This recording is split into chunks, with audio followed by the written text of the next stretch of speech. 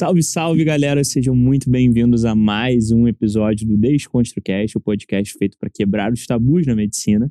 Meu nome é Bernardo Prestes, sou um dos hosts daquele podcast, junto com a minha maravilhosa, deusa perfeita, musa inspiradora, Gabriele de Araújo, que é médica, neonatologista, empreendedora, minha noiva e mãe do Zen, minha co-host aqui do podcast. Bem-vindos, pessoal, a mais um episódio, mais um convidado aqui com cara de meu Deus, como assim que ele tá falando tudo espontâneo. isso? Espontaneamente? Não é espontaneamente, Nathan, mas você tá vendo que minhas mãos estão livres, sim, né? Eu sim, não estou beliscando ele. E hoje a gente tem o prazer de receber aqui Nathan Jordão, que é cirurgião geral, formado pelo IPSEM em Minas Gerais, e R2 de endoscopia do Sírio-Libanês. Pô, muito prazer te ter aqui, Nathan. Seja bem-vindo. Prazer é meu, né? Prazer inenarrável, assim, de estar com vocês, pessoas que a gente acabou conhecendo só pelas redes sociais, né? Pela mentoria. A gente fica íntimo, né? Pela rede social, né? Fica íntimo e, né? Na hora aqui. Mas assim, prazer mesmo. Desculpa ter enrolado tanto. Agora no R2 deu pra dar uma melhorada, então... A gente entende. Então tá bom. E, pô, é muito legal receber o Nathan aqui, pessoal, porque esse é cada vez mais um caminho que o pessoal tem olhado, né, para endoscopia. Uma residência tem crescido bastante, uma área que tem se desenvolvido aí nos últimos anos. Pô, eu chuto que talvez seja uma das áreas da medicina que nos últimos 10 anos mais se desenvolveu. Uhum. CPRE, ecoendoscopia, procedimentos minimamente invasivos que antes eram cirúrgicos, agora você consegue resolver por via endoscópica. E, naturalmente, acaba que a demanda também por residentes aumenta. E é um caminho que ainda é um pouco obscuro, vamos dizer assim, para a maioria das pessoas. É um modelo de prova diferente, a gente vai falar sobre isso aqui.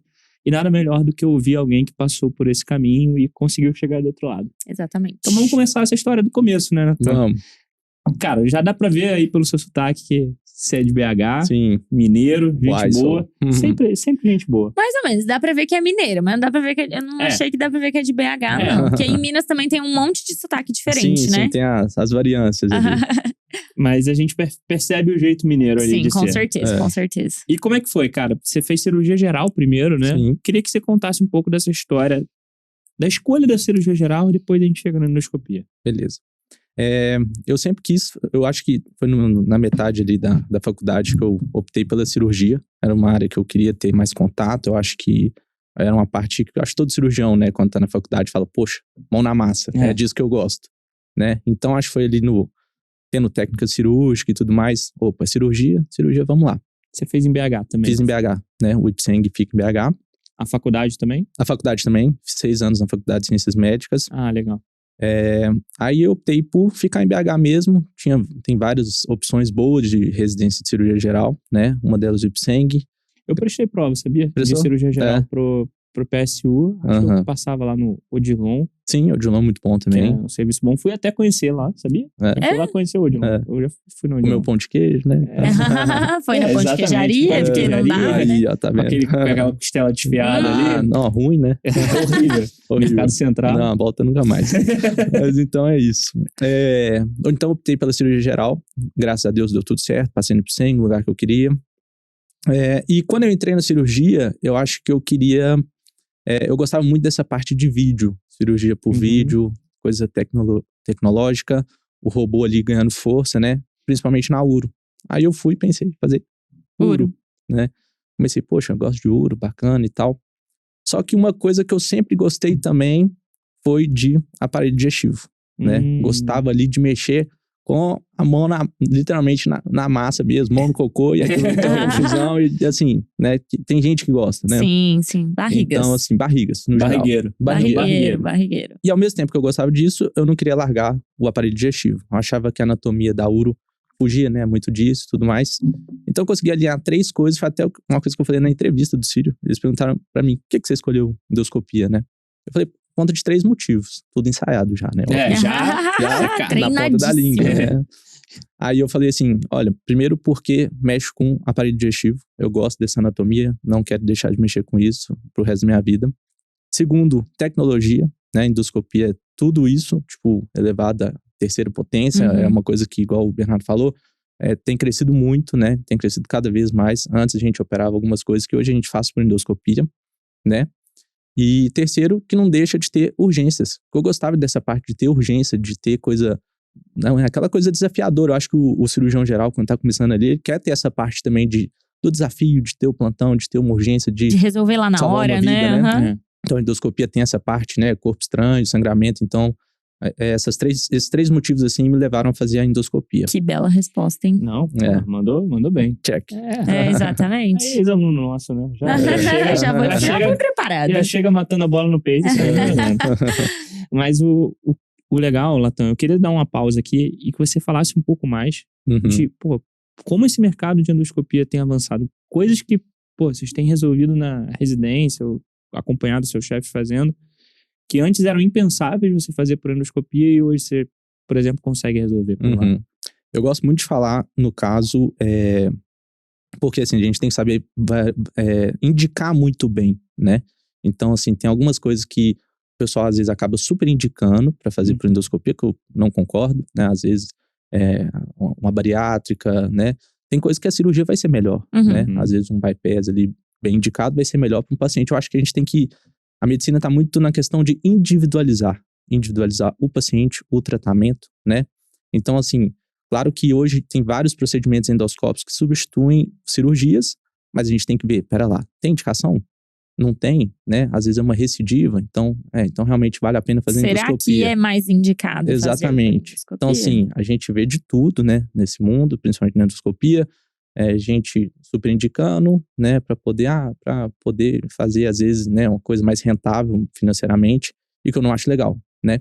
Então, assim, eu acho que a gente tem que separar isso da questão de, pera lá, isso é bem indicado fazer endoscopia? Ok. Então, segue firme, é isso aí. E dá alguns exemplos de coisas que antes eram feitas só por cirurgia e hoje você pode resolver por endoscopia também. Cara, hoje eles estão fazendo cirurgia de refluxo, a cirurgia, no caso, o procedimento por endoscopia, né, a endoscopia está muito em alta aí, a questão da endoscopia do terceiro espaço, que é ressecção de lesões aí, ou então também a ecoendoscopia também está avançando muito. Hoje em dia a gente consegue fazer uma anastomose gastrointestinal por endoscopia, exclusivamente. Você consegue, pela eco, guiar, chegar numa alça, soltar uma prótese, essa prótese faz a anastomose em pacientes, uma gastroenterô, por exemplo. Uma gastroenterô, entendeu? Você consegue fazer por endoscopia. Então, assim, procedimentos até avançados, né, na cirurgia, estão conseguindo fazer por endoscopia. Mas, igual eu falei, eu acho que a gente tem que bater o martelo na questão. Tem indicação? É válido, né, para esse paciente? Tinha um chefe meu da residência que ele falava assim, você tem que fazer 2 perguntas como médico, né, como médico especialista, principalmente. A primeira, dá para fazer? A segunda, é o mais recomendado? Sim. Porque às vezes até dá pra fazer, mas é o mais recomendado? Não é. Então o fluxograma muda de lado. Sim. Você não vai fazer só porque dá pra fazer. Você tem que fazer porque é o melhor para aquele paciente. Mas é isso, caso a caso, né? E eu acho muito legal, fui provocando aí nesse modelo, porque eu queria chegar na outra pergunta, que é o seguinte. Pelo menos no ambiente de cirurgia geral que eu vivi, alguns colegas meus, inclusive, optaram por caminhos não tão usuais, né? Normalmente você faz cirurgia geral, aí vai para vascular, vai para uro, vai para plástica, vai para aparelho digestivo. Endoscopia não é o caminho mais comum. Eu tive alguns colegas, alguns R+, que optaram por seguir esse caminho. E aí rolava aquele negócio, mas você vai abandonar a cirurgia, mas você vai sair, arregou, enfim. E você falando isso, cara, você vê que o endoscopista hoje é um cirurgião. Sim. Ele resolve ali... É um cirurgião, né, no caso dele. Exato. Eu digo assim, de forma geral, né? Sim. Porque você também dia pode a dia. acessar via clínica, né? Sim. Mas hoje é uma especialidade muito cirúrgica. Sim. Com um lado bom de algumas coisas e o lado ruim de outros. Então, você teve algum preconceito ali quando você bateu o martelo que era endoscopia mesmo? Essa dúvida surge realmente, né? O pessoal brinca e fala, até os R-iguais, né? Fala assim, vai deixar de operar? Uns chefes meus falaram, fez cirurgia pra fazer endoscopia, né? Tá zoando, né? Cara, mas eu acho que a coisa tá escalonando tão rapidamente que tá ficando realmente uma coisa muito específica. Hoje a gente tem não só um endoscopista no geral, tem um endoscopista especialista em ressecar lesão por ISD, tem um endoscopista com foco na eco, tem endoscopista aí... Rapidinho, explica pro pessoal o que é ISD. ISD é quando você faz a dissecção de uma lesão, né, na submucosa. Você consegue entrar no terceiro espaço, injetar, elevar a lesão e ressecar endoscopicamente lesões que antigamente eram de tratamento exclusivo cirúrgico, né? Uma coisa tipo aí que... um giste, por exemplo? Tipo um giste, talvez, mas assim, outros tipos de lesões, tipo um adenocarcinoma precoce de estômago, uma lesão de crescimento lateral no cólon, assim, lesões que têm indicação de fazer ISD. Essa questão da pô, não vai mais operar, eu acho que é uma coisa muito individualista. Por exemplo, um cirurgião que forma num lugar, tipo, no Ipsen da vida, que vai fazer endoscopia e ele quer voltar para a cidade no interior dele. Poxa, eu acho que ele pode perfeitamente continuar fazendo os seus casos ali, atuando como cirurgião, cirurgia simples, e ao mesmo tempo fazer endoscopia. Mas já nos grandes centros, a coisa está tão especializada, né, que tem espaço para o cara. Não, quero ser só endoscopista. Então, tem espaço para esse cara também. Eu acho que tem essas duas vertentes, entendeu? E eu acho que tá muito alinhado também com o que você quer pra sua vida, né? Porque às vezes, beleza, eu gosto muito de operar, entrei na residência, opa, peraí. Essa rotina aqui não é bem a rotina que eu quero ter. Então, sei lá, vou fazer endoscopia, porque talvez eu possa trabalhar só com procedimento eletivo. Não sei se existe essa possibilidade, né? Mas talvez seja um caminho, né? De pensar também o que você quer lá na frente, pra qualidade de vida, como vai ser e tudo mais. E vamos sendo bem sincero, o cirurgião tradicional, o estereótipo, pô, ele gosta muito do dia a dia de entrar na cirurgia, de fazer o procedimento, resolver o procedimento. Só que para você fazer um procedimento, você tem todo um pré-operatório e um pós-operatório. A endoscopia é óbvio que também tem isso, mas ele é muito mais transversal ali, né, cara? É um momento ali que você entra para intervir, às vezes o paciente não é seu, às vezes você não tem esse follow-up ali do paciente. Exatamente. E aí o serviço ou uma equipe assistente traz esse paciente, você faz o procedimento e não tem, vamos dizer assim, essa necessidade de acompanhamento pós, que é um… Casar com o paciente, né? Que a gente brinca. Exatamente. Sim, aquele casamento, né? Não tem problema nenhum se uma pessoa fala assim, poxa, eu não quero ter paciente. É a escolha dela. Exato. O cara que é patologista, não, nunca vai ter contato com o paciente, fez 6 anos. Cara, radiologista. Tem o espaço dele, tem a importância dele. Né? Anestesista. Então, assim, todo mundo tem sua importância. A gente tem que saber valorizar cada um. Exatamente. Né? Sem julgar ninguém. Exato. Né? Legal. E, pô, escolheu então endoscopia. Você estava em BH, no seu R2. Você fez 2 anos de cirurgia geral. 3 anos. 3 anos. Minha turma foi a primeira de 3 anos. Você pegou 3. Uma bagunça ali e tal, mas deu tudo certo. Bacana. E aí, pô, escolheu endoscopia. Como é que foi a escolha de, cara, ok, tenho que ir pra algum lugar. Quero ficar em BH, quero ir pra São Paulo. Como é que foi isso? Cara, eu acho que minha grande virada de chave foi quando eu fiz um estágio observacional na USP aqui, no pessoal da endoscopia. Que eu vi que o pessoal tava um nível, assim, na frente, sabe? Entendi. Fazendo coisas avançadas, tipo, coisas muito bacanas, assim. E eu vi que tava diferente, né? Eu acho que vocês morando aqui em São Paulo sabem que o ritmo da gente é diferente, as pessoas pensam diferente, sempre pensando, tipo, né? Levar as coisas pra fora, divulgação, né? Tudo. O pessoal do Brasil mesmo, aqui, o pessoal da USP e tal, leva muita coisa pro DDW, que é o evento mais importante de aparelho digestivo nos Estados Unidos. Então, Legal. assim, eu vi que tinha uma coisa diferente, sabe? Em BH, tem uma residência só, que é do Hospital da Polícia Militar, o resto são especializações, algumas muito boas, né? Mas, assim, eu vi que São Paulo tava diferente. Tava um patamar na frente e eu não tinha nada a perder, eu tava disposto, eu falei, vambora, vou encarar. Tá, vamos dar um zoom agora, então, nessa jornada de preparação. Não sei se todo mundo sabe, mas a endoscopia tem um peculiar aí na preparação para R+. Normalmente, quando você faz a prova de R+ de cirurgia, você vai só ser cobrado de assunto de cirurgia. Então, você vai ser cobrado de aparelho digestivo, trauma, cirurgia vascular, cirurgia torácica, enfim. Quando você faz uma R+ de clínica médica, por exemplo, você quer sair da clínica e fazer cardiologia, você vai ser cobrado das especialidades clínicas. A endoscopia, você pode até me corrigir se tiver alguma outra que é assim, ela exige clínica e cirurgia na prova. E é um desafio, né? Porque, imagina, o cara fez cirurgia, 3 anos já, sem estudar clínica médica, e tem que voltar a estudar vasculite. Conta aí como é que foi essa jornada. Cara, então, as provas de BH, elas, até na minha época, hoje eu acho que até tá mudando, era assim, o cara que veio da cirurgia vai fazer prova de cirurgia. O cara que veio da clínica vai fazer prova de clínica. Só que eu acho que fica até, tipo, pô, se o cara faz uma prova de clínica muito fácil e uma de cirurgia difícil, como é que você vai equiparar esses caras, né? Realmente. Então, assim, acaba que o jeito mais justo, né, entre aspas, é botar a mesma prova pra todo mundo, metade, e cada um se vira nos 30, né? Então, assim, realmente foi um desafio. Quando eu decidi, eu fiz 7 provas no total, né? Uma no Rio, no INCA e 6 em São Paulo. Não passei em todas, tá? Tipo, acho que a gente tem que deixar isso claro também. O pessoal vê de fora e fala, poxa, tá lá, bem, Sírio. Mas assim, eu tive 3 aprovações das 7, né? Então, olha pra você ver, né? Como é que a gente, às vezes, achando que deu tudo certo. Deu certo, graças a Deus, mas a gente tem os nossos altos e baixos. A maior parte não deu certo, né? Sim, a maior parte não deu certo, assim, se você for ver assim, né? Mas uma das que eu mais queria realmente deu certo, né? Eu lembro que o Bernardo falou dar muito... Dar certo é isso, né? Sim, tipo, é o que rolou, a gente quer, né? Mas não 100% das tentativas. Sim. Mostrar que ninguém é perfeito, né? Eu lembro que o Bernardo me tocou muito quando ele falou, por exemplo, que eu acho que quando ele não tinha passado no Einstein, não foi assim? Uhum. Aí eu falei, poxa, realmente, né? Às vezes não é do jeito que a gente quer. Mas aí foi, deu certo e tal. Enfim, voltando. Eu tava falando? Das provas. Das provas, isso. Aí era metade clínica, metade cirurgia. Realmente foi um desafio. Aí eu falei, poxa, como é que eu vou fazer isso e tal? E eu já tava começando ali a mentoria com o Bernardo. Aí eu quis, né? Fui pedir, eu tava pagando lá e tal, meu dinheiro.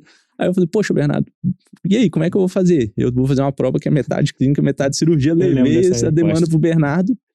E eu acredito que, assim, todo mundo tem desafios na vida. O que define uma pessoa da outra, o que diferencia, é como ela lida perante um problema. Com certeza. Tá? Quando eu levei essa demanda pro Bernardo, ele não falou, poxa, pera lá, não, deixa pra lá, não, vamos tocar aqui. Ele foi, sentou com a equipe dele e falou, como que a gente vai fazer isso? A gente também não sabia. Sim. Não sabia. Ninguém sabia, né? Então foi uma coisa assim, né? Eu não critiquei hora nenhuma, eu tipo, sempre tava lá, pô, vamos lá, vamos junto. Tipo, como é que vai fazer? Vamos ver se vai dar certo. O Bernardo foi, apresentou a questão de unir, né? Ficar com a parte da clínica, as matérias da clínica, as matérias da cirurgia. Juntamos, depois acho que não deu certo, aí ficou separado de novo. Enfim, no final foi uma experiência boa. A gente teve que customizar a plataforma para ele. Sim, né? Porque a gente tinha até então plataformas voltadas para R+, cirurgia, tem e R+ de clínica. conteúdo de cirurgia e outros conteúdos de clínica. E aí, a gente tava naquela, pô, como é que faz? Vamos aprender? Vamos criar um case aqui. Vamos pilotar esse caso. A gente criou uma plataforma. Acho que o Nathan, nesse ano que ele fez, acho que ele era o... Tinha você mais um. Eu Tinha você mais um. E a gente falou, pô, vamos construir isso aqui e vamos aprender junto com os caras. Porque a gente nunca tinha trabalhado com alguém de endoscopia. Que legal. E foi justamente isso, cara. Isso eu acho que tem uma lição aqui legal. Porque às vezes a gente acha que a gente só é valorizado quando a gente tem todas as respostas. Mas mais importante do que saber as coisas é saber o que você não sabe. Porque ali a gente foi sincero ao ponto de falar, galera, não sabemos ainda como vamos resolver, mas a gente vai junto. Vamos aprender junto aqui no caminho. Eu lembro que o Pedrão foi, pô, muito próximo ali do seu dia a dia, ele também trazia as coisas pra mim, pra gente, cara, o Natan tá com essa dificuldade, o que você acha? Tô sugerindo isso, você acha que tá bom? Ele tá indo assim, pô, vamos por aqui. A gente ia calibrando ali de acordo com... Isso é muito legal, né? Porque o plano, ele não precisa ser desenhado, do dia 1 ao dia 365 você vai fazer isso. O seu plano, ele tem que, óbvio, ter uma visão do longo prazo, mas o mais importante é você ir tendo ali alguns indicadores precoces para você ver, pô, o que eu tô fazendo tá alinhado? Preciso ajustar a rota? Preciso acelerar? Preciso reduzir? Porque assim o seu plano vai ser muito mais fidedigno com aquele objetivo que você quer conquistar, né? Sim. E uma coisa que é legal também falar, na época a gente até conversou disso, né? Assim, sem querer desanimar o pessoal da clínica que vai tentar a cirurgia, mas assim, eu acho que uma vantagem, assim, entre aspas, que eu tinha, era que eu acho que o estudo da cirurgia envolve muita coisa de você ver, né? Quando você vê no dia a dia, eu acho que você consegue gravar, ter um contato melhor com aquela matéria, né? Outra coisa, o pessoal da clínica que nunca viu, por exemplo, uma cirurgia avançada, alguma coisa assim, e estudar cirurgia. E o pessoal da cirurgia estudar clínica, pô, tá no livro lá, é aquilo ali, né? Insuficiência renal, é isso aí, vambora. Exatamente. Né? Então, assim, eu acho que tinha essa vantagem, eu pensava, por exemplo, dessa forma, apesar de que os gastros vão, tipo, super bem, tem, né?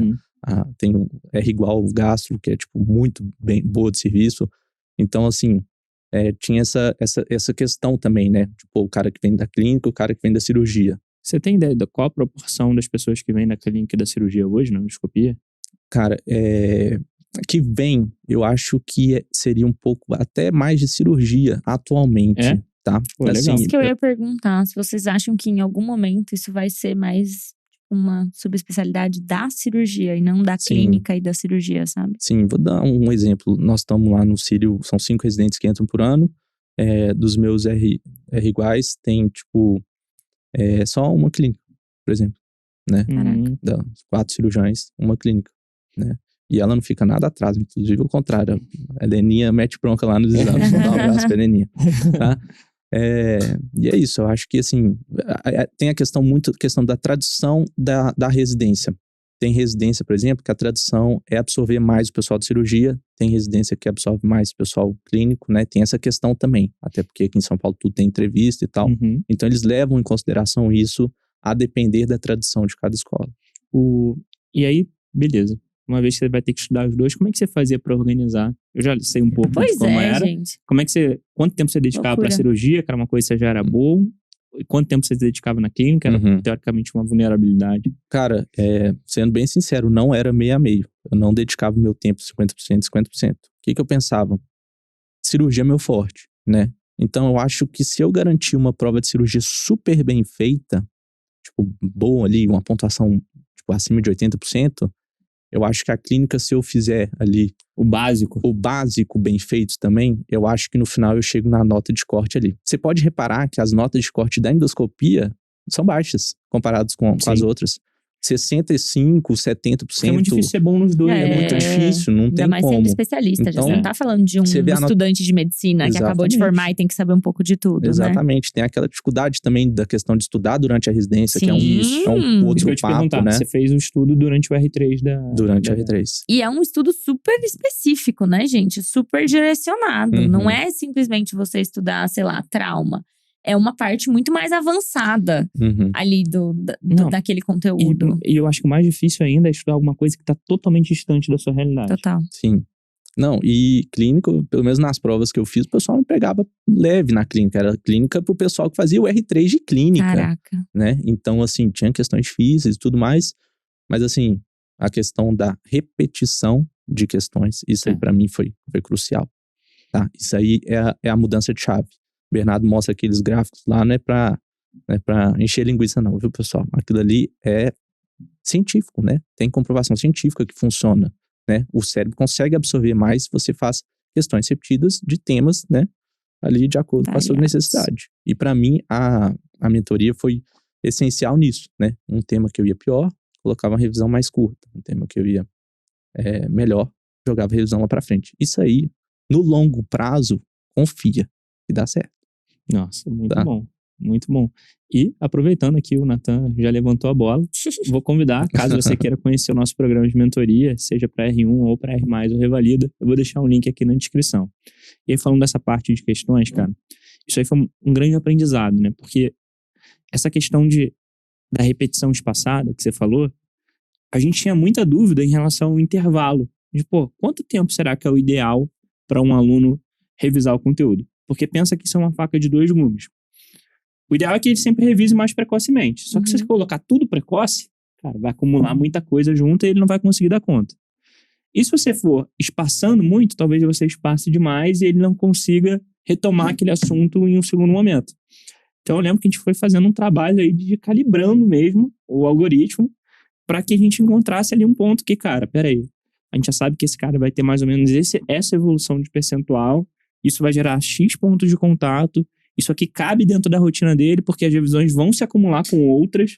Aí você vai montando esse gráfico ali de revisões e calibrando. Então, eu acho que a gente conseguiu encontrar um ponto ali que não fica nem leve demais, em que o cara relaxa, mas não fica esticado a ponto de ficar impossível, né? Sim. O que eu achei legal também, na época, é que a mentoria ali, a questão do diagrama, do algoritmo, ela te dá uma liberdade.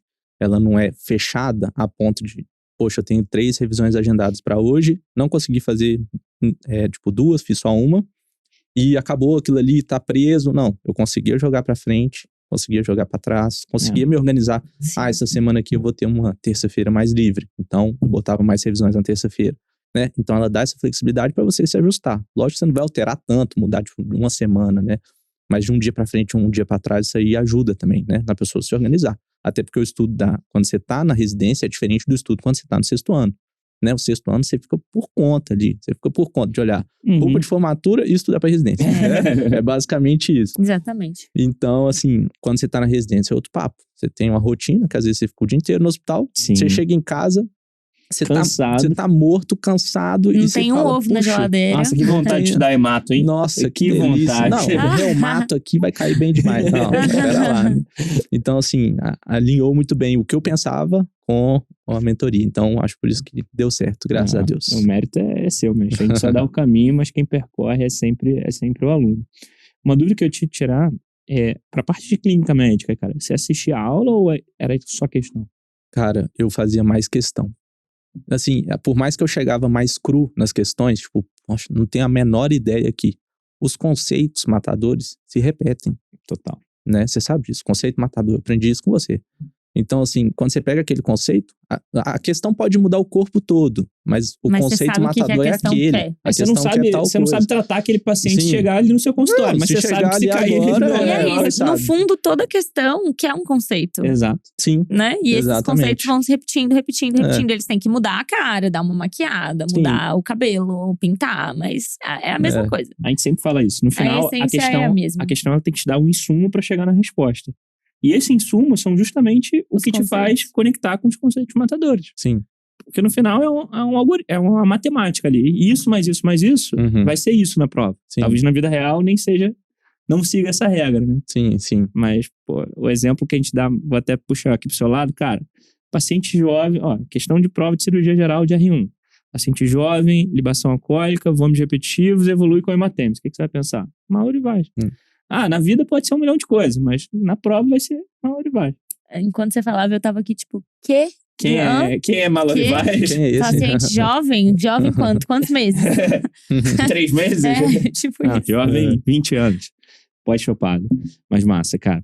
E o Círio tinha prova prática no ano que você fez? Tinha prova prática nos anos anteriores. Foi um ano que, no ano anterior ao meu, não teve por conta de pandemia, né? Então ficou só com a parte teórica e entrevista. Aí eu achei que ia voltar a prova prática, não voltaram, né? Não sei se por um conceito de questão financeira era mais fácil, ainda tava também aquele resquício ali de pandemia, né? Então, assim, acabou que não teve. E eu acho que a tendência, não só do Círio, às vezes das outras residências, é que não volte a ter, sabe? É uma coisa que demanda custo, é uma coisa que a prova multimídia, por exemplo, ela tem substituído muito isso. É isso, né? Que a gente fala muito no PNP, né? No curso de prova prática aqui do Além da Medicina, porque é caro, fazer prova prática é caro. Você tem que contratar ator, você tem que montar cenário, você tem que contratar, às vezes ter boneco, que nem toda instituição tem. Então, fazer uma prova prática é muito custoso para a instituição. A tendência é que cada vez mais as provas que insistam em ter uma segunda fase prática vão pro lado multimídia. E aí, mais um jabazinho aqui, né, que a gente pode fazer. As inscrições do PNP estão abertas, pessoal. Então, quem vai prestar prova prática esse ano, acho que a gente não pode esquecer, prova prática é 40% da sua nota no final, né, nas instituições que tem. E a entrevista é mais 10, ou seja, a segunda fase vale 50%. Exatamente. Sim. O que a gente tem visto já que abriu esse assunto, concordo 100%, cara. Do ponto de vista de custo e operação, né? É muito complexo uma prova de habilidade. Imagina, você tem que trazer os atores, aí tem que treinar os atores, aí tem que treinar os examinadores, tem que montar o checklist. É uma logística complexa, tem muita chance de aquilo dar errado. Mas mesmo assim, eles continuam exigindo prova de habilidade. A gente viu esse ano que a USP Ribeirão anunciou já que vai ter prova de habilidade. Teve esse ano pró-residência, que foi a prova de residência no meio do ano. Em um hospital de Cascavel, do Paraná, colocou prova prática para uma vaga. Mesmo. Para uma vaga de GO. Então, assim... Não, lógico, as instituições continuam, né? Eu acho que as tradicionais ali, que já tem essa rotina, eu não vejo muitas novas instituições abrindo prova prática. Eu acho que isso não é um caminho provável, apesar de que a gente sempre tem surpresa aí. Ano passado, em Minas, acho que a FAMEMA, acho que uma FEMIG, não lembro agora, abriu prova prática. Mas a tendência é que eu ainda vejo as instituições mais tradicionais ainda cobrando prova de habilidades e ou multimídia durante algum tempo. E tem outros que já são 100% estabelecidas. IANSP e Unifesp, por exemplo, a gente já espera a prova multimídia na segunda fase. Né? Que eu acho que também eles estão muito indo para esse lado de como você se comporta frente a uma situação. O Einstein é só isso. O que eu quero dizer, por exemplo, com prova prática é, talvez ele não te pergunte o diagnóstico, o tratamento, ele não te aponte uma estrutura para você ver para dizer qual é a anatomia. Mas ele vai colocar lá um caso Soft com skill. uma caderneta de vacinação, na pediatria, por exemplo. E aí ele vai te perguntar, e aí? Não, O que você vai fazer? E soft skill. A prova do Einstein, por exemplo, ela é 100%. 100% não, né? Total. Mas muito forte em soft skill. Pô, uma situação de conflito familiar. Como é que você se comporta? Sei lá, um paciente que não pode, tem que receber transfusão sanguínea, mas é testemunho de Jeová. Enfim, te coloca em saias justas para ver se você não perde o controle, se você trata bem o paciente, afinal, você vai ser parte do corpo clínico daquele hospital, né? Então é importante você conhecer a pessoa que tá entrando ali dentro. Exatamente. Eu acho que a questão técnica, assim, de cobrar a questão técnica. Isso. A prova multimídia da prática não vai alterar tanto. Ela vai alterar no soft skill. Exato. A pessoa, como ela lida sob pressão. Como ela lida numa situação que ela tá em desvantagem. Exatamente. Aí o ator começa a gritar na orelha dela. São situações reais, né? Que podem realmente acontecer. E como que ela vai sair dessa, né? Eu acho que a prática ganha na questão da multimídia nisso. Mas questão técnica, eu acho que a multimídia você consegue cobrar muito bem. Hoje você consegue botar um vídeo, você consegue botar uma imagem, consegue botar uma imagem em alta definição, um exame. Só que é isso, se você nunca viu, você não vai conseguir fazer, né? Se você nunca passou por aquele treinamento, é muito mais complexo. Eu, na minha época, isso não existia, né? Eu fiz a prova multimídia do IANSP e eu saí... O que aconteceu? Fui super bem na prova teórica e chegou naquela prova prática, eu falei, que é isso? Nunca vi isso na minha questão, vida. Eu comecei a responder a questão que era da próxima na anterior. Aí é 1 minuto por questão, eu tive que começar a rasurar, eu pulei 4 na ordem, então eu tava respondendo sempre a anterior no negócio. Aí eu tive que começar a rasurar, voltar, enquanto eu estava projetando a próxima questão, eu tinha que olhar, decorar, aí voltar a escrever. Meu Deus do céu. Então por isso que a gente criou um curso de prova prática, pra não ter esse perrengue. Eu acho que, né, quando você treina uma coisa várias vezes, né, você consegue, né, tirar ali, às vezes, um nervosismo, uma situação. Então, por exemplo, se eu fosse fazer hoje uma prova prática, eu acho que você tem que treinar. Assim como uma aula que você vai dar. Não adianta você só montar a aula. Igual você treina pra prova teórica. Também, né? Quando você monta uma aula e você dá essa aula 10 vezes, 20 vezes. Eu tava conversando outro dia com um chefe meu lá, ele falou que pro TCC dele, ele sabia dar aula com o mestrado dele atrás, sem saber qual slide estava. Ele só passava, ia falando de tanto que ele viu, sabe? Então, assim, eu acho que é o diferencial. Né, quando você tem essa parte prática aí. Quer ver o exemplo? Pô, como é que foi a sua primeira endoscopia? Tremendo ali, mãozinha, não sabia pra onde ia, não sei o quê. Nossa, agora você tá em quantas endoscopias você já fez? Eu tô mais de 1.000 e tantos. 1.500. Faz aqui de costas, ó. Joga o aparelho pra trás, não sei o quê. Faz muito rápido, de olho fechado. De olho fechado. Vamos falar então de endoscopia? Vamos falar, cara, como é que é a rotina de um residente de endoscopia? Ainda mais no serviço que você tá, né? Pô, sírio-libanês, hospital particular. Como é que funciona isso? O meu choque, assim, de sair de um serviço público para um privado foi grande, né? No início a gente tem que acostumar ali, que tem as peculiaridades, tá? Tem que tomar um pouco mais de cuidado nas suas atitudes, seu jeito de falar com o paciente, tudo, tá? E a residência do Sírio é uma das mais tradicionais, mais antigas também. Então, assim, poxa, eu chegava lá eu faço exame hoje com o chefe que é dono que escreveu o livro Referência em Colono. Isso é muito legal, e já foi né? presidente da SOBED. Então, assim, legal. É uma coisa diferente, tá? Então, assim, tem uns pacientes que a gente tem que são mais exclusivos, né? Que são famosos, pacientes, assim, importantes, políticos. Então, a gente tem que tomar cuidado, redobrar a atenção para não poder fazer nada de errado, né? Mas a nossa rotina lá, ela é basicamente o dia inteiro, tá? Em torno de 150 a 200 exames por dia. Caramba. Não tem feriado, é de segunda a sábado, todo sábado tem exame. Domingo só um ou outro ali que o pessoal solicita, tá? Então, assim, é puxado, tá? Não vai achando, pô, Sírio, privado, vou ficar lá tomando um cafezinho, vou ficar só na área dos médicos. Não vai trabalhar muito, né? O pessoal sabe disso. Então, mas é o que eu queria, né? Quando eu vim para São Paulo, eu falei, não, eu vou vir para cá para ficar na mamata? Não, vou vir para cá para, né, aprender. Pra treinar. Então a gente fica o dia inteiro lá, basicamente, começa às 7 horas da manhã os exames, os pacientes começam a chegar às vezes do preparo 6h30, 6 horas da manhã, fica um residente só para recebê-los, né, no 13º andar, e eles vão descendo ao longo do dia, e tem os externos também que vêm fazer exame, e os pacientes internados. Então, dá em torno de 150 a 200 exames por dia. Caramba. É um número bem grande, Uhum. né, 5 residentes, 5 R1, 5 R2, 2 R3, E todo mundo faz muito exame. Chega no início, a gente fica todo afobado, querendo fazer, muito exame. No final tá todo mundo assim, nossa, pelo amor de Deus, eu não aguento fazer. Faz esse aí, eu não aguento mais fazer. Então, assim, volume é uma coisa que a gente não tem problema lá. Questão de coisa avançada, Círio disponibiliza tudo pra gente, né? Tipo, uma questão de material, uma coisa que não falta, tem tudo em mãos, assim, né? E a gente consegue realmente colocar a mão na massa e aprender, tá? A gente tem chefes que são, igual eu falei, referência, todos muito solícitos, todos muito pessoas do bem, tá? Estão dispostos a ensinar, né? Diferente quando você tem uma pessoa, não adianta ser um bambambam se o cara não tá disposto a ensinar. Motivado, né? Não tá motivado, o cara não tá engajado. Né? Então, assim, ali a gente vê que são pessoas formadoras de aprendizes mesmo, né? Que tem um chefe meu que fala, daqui sai gente pro Brasil inteiro, né?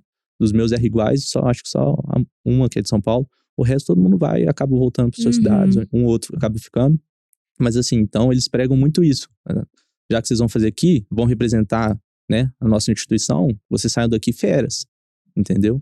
E é isso que eles pregam, assim, e é isso que eu levo pra mim. Legal.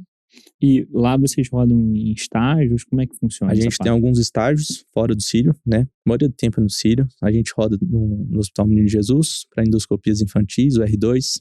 Tem o estágio do R1, que é no Hospital Geral do Grajaú. Ia dizer agora, no Grajaú, né? Que é muito legal no sentido de você ter contato com a parte SUS, que é um hospital SUS que o Círio ajuda ali na gestão. Então, são patologias completamente diferentes. Pacientes drogaditos, moradores de rua, e que tem patologias diferentes, né? Então, e você tendo que se virar também nos 30 ali com o equipamento que às vezes não é tão adequado para aquela situação. Que é legal, até a gente estava falando disso, pro cara que acabou de formar endoscopia, né? Ele vai trabalhar ali num lugar que tem menos recurso no início da carreira e tudo mais, então é importante essa parte, né? Além desses dois estágios, tem um estágio também que a gente fica com o Dr. Ashiba, 87 anos de idade, até hoje faz endoscopia. Caraca. Então, assim, é um dos pioneiros e tudo mais. A gente fica nos porquinhos. Tem um biotério no Círio, tem aqui os porquinhos que a gente faz treinamento, alguns em vivo, outros só na peça cirúrgica, né? Faz ISD, mucosectomia, ajuda ele a desenvolver algumas tecnologias, e isso é muito legal, né? Ainda mais com o Dr. Ashiba, o nosso xodó lá. Caramba, que legal. Nossa, muito legal. Muito massa. E você falou que passou em 3 residências. O que te fez escolher ali o Círio?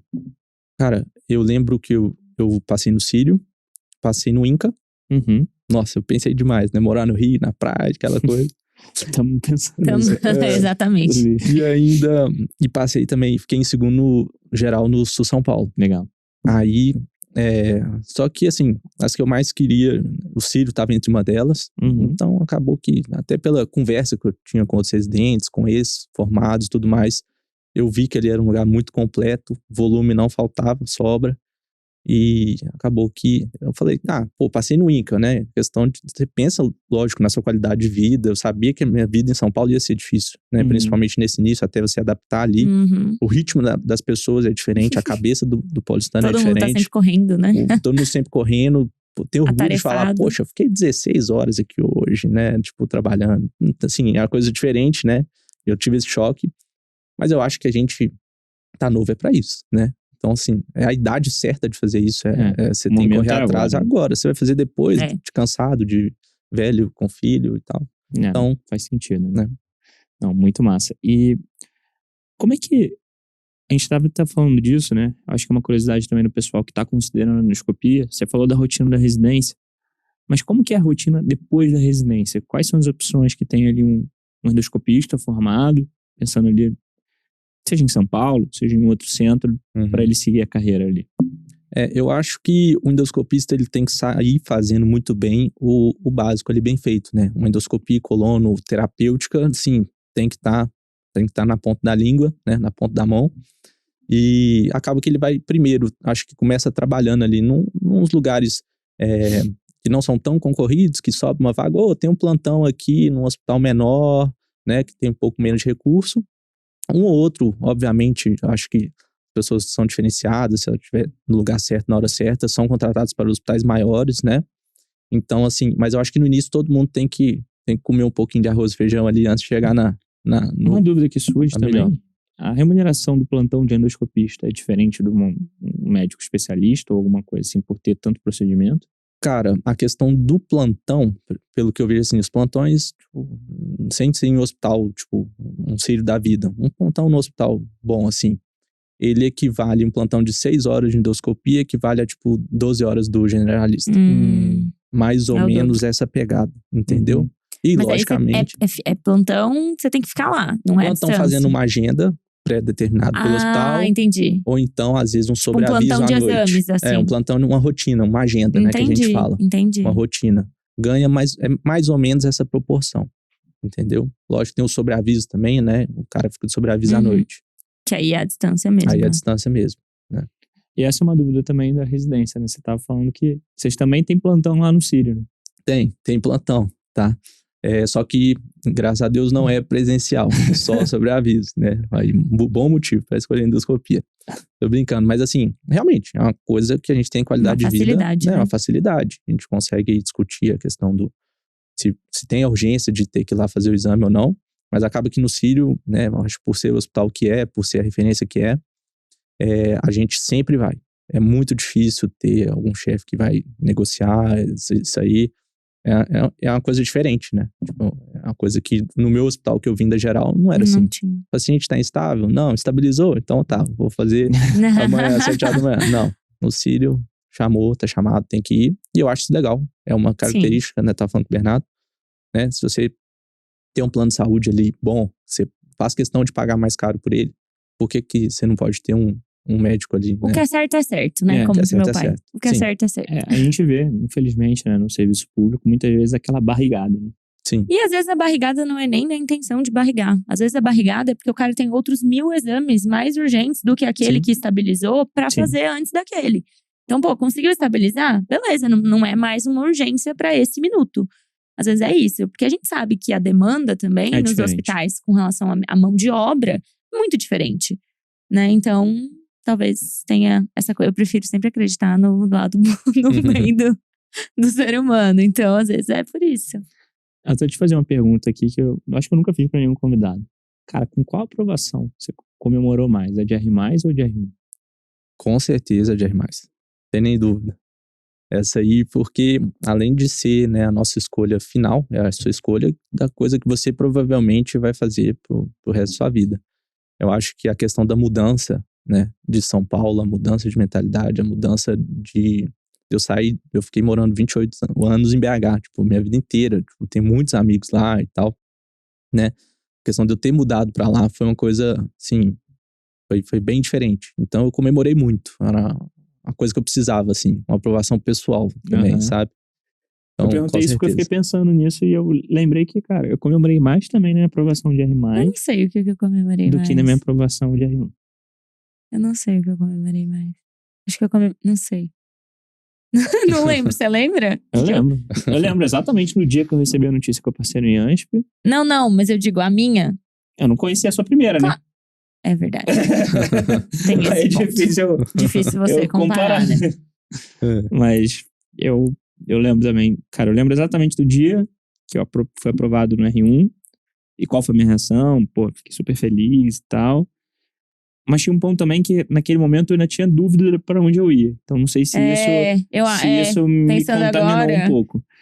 E aí, né, do R+, cara, foi um alívio ali. Eu lembro também. Não, eu fiquei muito feliz, lembro como se fosse hoje, né?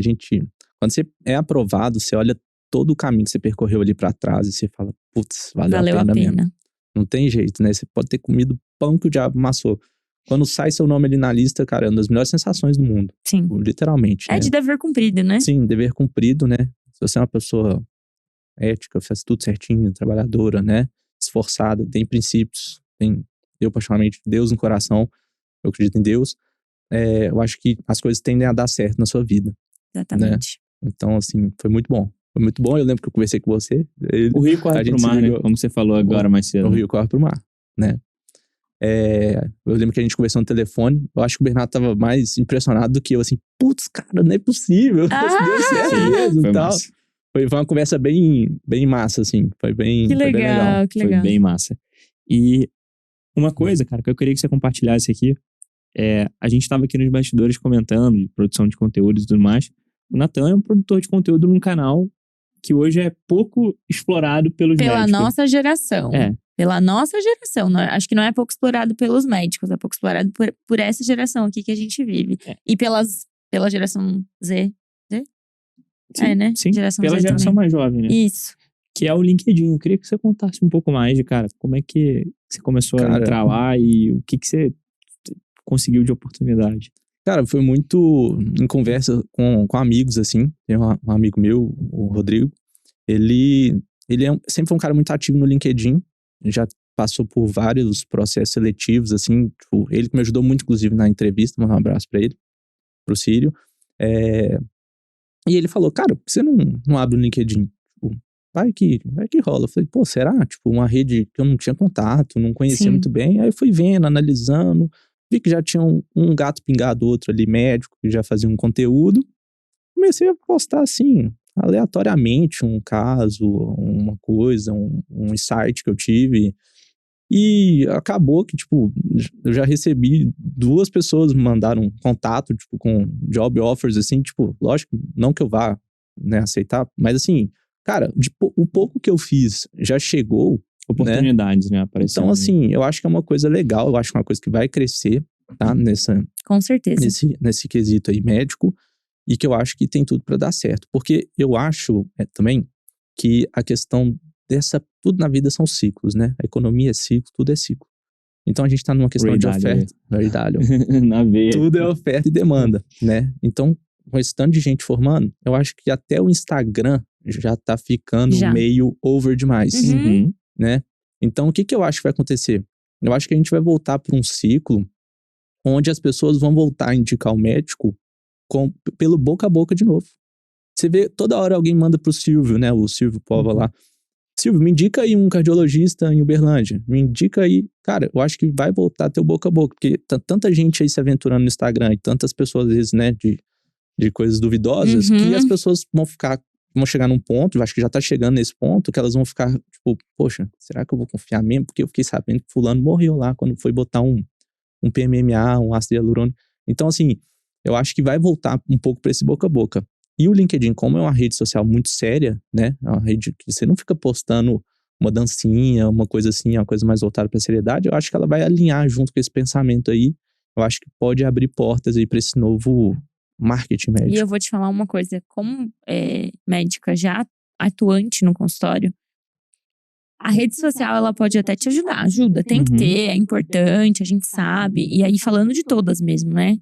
Agora, o paciente que vem por indicação é um paciente que a probabilidade dele continuar com você, dele casar ali com você, é muito maior. Porque ele já tem pessoas que ele confia e que confiam em você. Então, essa confiança já foi transferida. Sim. Quando o paciente vem, é um paciente que caiu ali na rede social. Acontece, é bom, isso é bom, óbvio. Mas é muito mais, é um processo muito mais demorado, digamos assim, vínculo, você construir o vínculo.